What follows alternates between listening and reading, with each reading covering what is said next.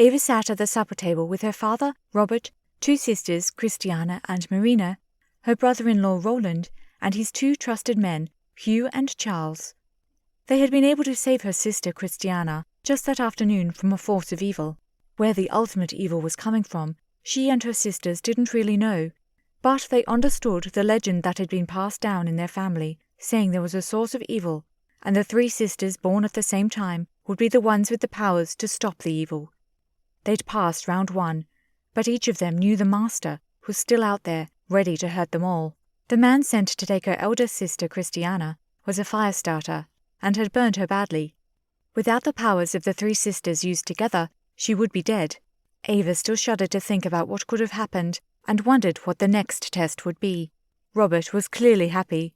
He was thrilled Christiana had married Roland, a strong, handsome Norman, who had come to conquer her and force her to be his bride, but had instead showed her love like she had never seen. Robert raised his glass in a toast and lowered it after, looking around the table at each of his 3 beautiful daughters. Ava and Hugh had strong feelings for one another, and she was hoping for a marriage proposal any day. Surely he would offer her father for her hand in marriage within a fortnight. He was as in love with her as she was with him, and it was obvious in everything he did. Finding love in the men who had come to conquer them was surprising, but Ava couldn't be happier. She had always firmly believed that no matter who someone was, at the core they were a person, capable of good or evil. Everything about Hugh shouted nobility to her. He was a kind, caring, gentle man who showed his love for her in everything he did. The fates were surely smiling down at her on the day she was born, or she'd never have found a man as precious as her Hugh. Robert had a huge smile on his face when he asked, "When will there be more weddings in this old house?" Robert was well aware that a new home for them all was being built very close in the form of a castle, and while the idea of a castle was nice, he wanted his daughters married in the home they'd grown up in, and no one could really blame him. Ava's eyes went to Hugh's with a smile, hoping he'd take the opportunity to ask her to be his wife. There was nothing in the world she wanted more than marrying the large, dark warrior who had come with the conquering army.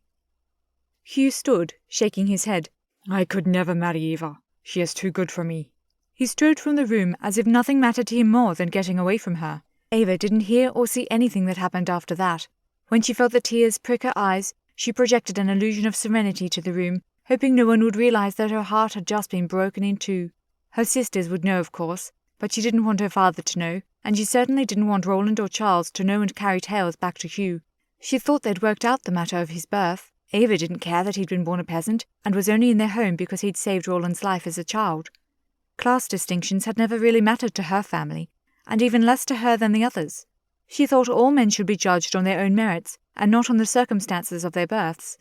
She would go talk to Hugh again, and he would understand that it didn't matter, she decided. After supper, she and Hugh would talk and fall into one another's arms, kissing as they always did, and maybe tonight would be the night of his marriage proposal after all. Ava loved Hugh more than she'd ever imagined it was possible to love someone who wasn't one of her sisters.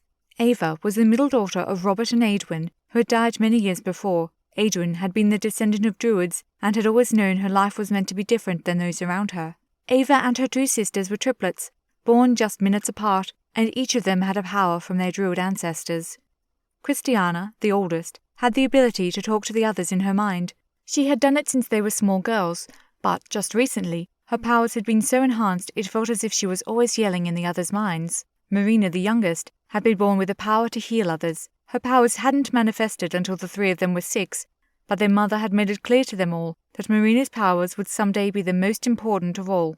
She had healed many people over the years, but had been unable to heal their mother in childbirth, something she couldn't seem to forgive herself for. Ava had been born with the power of illusion. She could make things appear out of nowhere, but they weren't things that could be touched or heard. She hoped that as the years went by, her powers would be enhanced like Christiana's had been, but she had no way of knowing when or how such a thing could happen. Ava waited until everyone was finished eating before standing up to go talk to Hugh. She wasn't sure where he was, but she needed to find him and make sure he understood she loved him, no matter what his background was. She wandered the halls for a moment to see if she could find him, but he wasn't anywhere to be seen. She finally decided she didn't care if it was the right thing for a young, unmarried lady to do. She was going to his room to see if she could find him so they could talk. Only people who cared about them were in the house, so what did it matter anyway? She stopped outside his room and knocked twice, quietly waiting for him to answer. "Enter." His voice was deep and gruff. He sounded like he was just as upset as she was.